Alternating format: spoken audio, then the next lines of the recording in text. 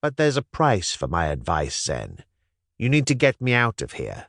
I'm tired of just being a ghost in Vohumana's pocket purgatory. Take me away, and I'll find a new body to download this personality into."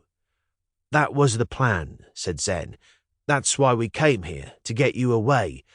But I don't see how I can. Nova can't get in here, and I don't know how to get your program out. What am I supposed to do? Copy you to my headset?" "No need," said Raven. "My personality is stored on a data saucer mounted on the drum that holds this environment. Rather old-fashioned, but that's how Vohumana rolls. There are probably other saucers, but mine will be the newest.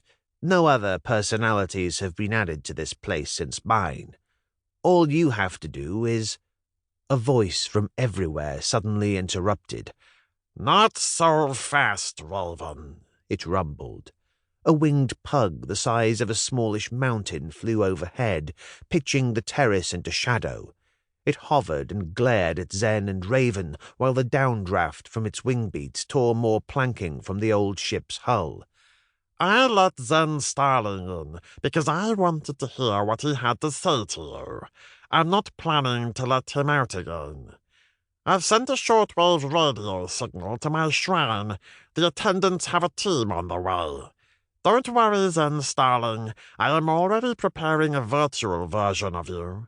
Your body may be killed, but you will live on in this environment until I deem it safe to transfer you to my full-scale heaven with everyone else."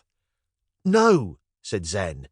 Raven was trying to tell him something, but he wasn't listening. He reached up and pulled his headset off. There was a flash as the connection dropped out, and then he was back in the slow train, in the weird nausea light of the K-gate. "Did you find him?" asked Nova. Yes, but we have to go. People are coming. We need to get back to the hovercraft." "Not without Raven." Zen looked at the trolley with its curious load, all those racks of storage saucers. Perhaps each one held a different personality which Vohumana had saved without the knowledge of the other Guardians.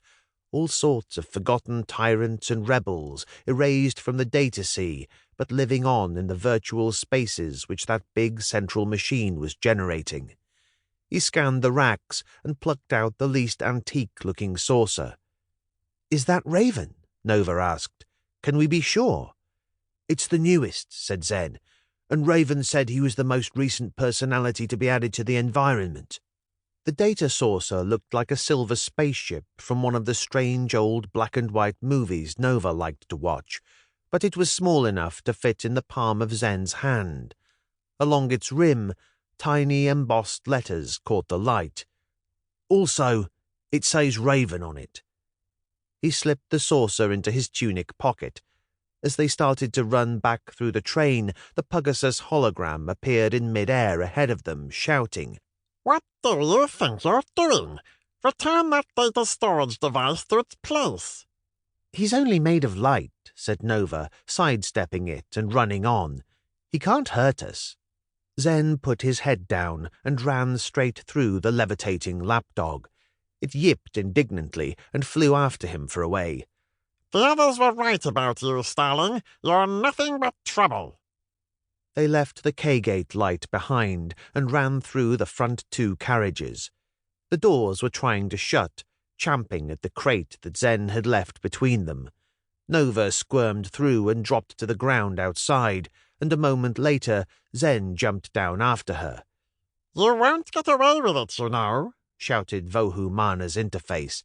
"My shrine wardens are on their way to deal with you." It flapped furiously after them down the tunnel until it reached the limit of its projector's range and flickered out. The door at the tunnel mouth was standing ever so slightly ajar, just as they had left it. They crouched behind it and listened.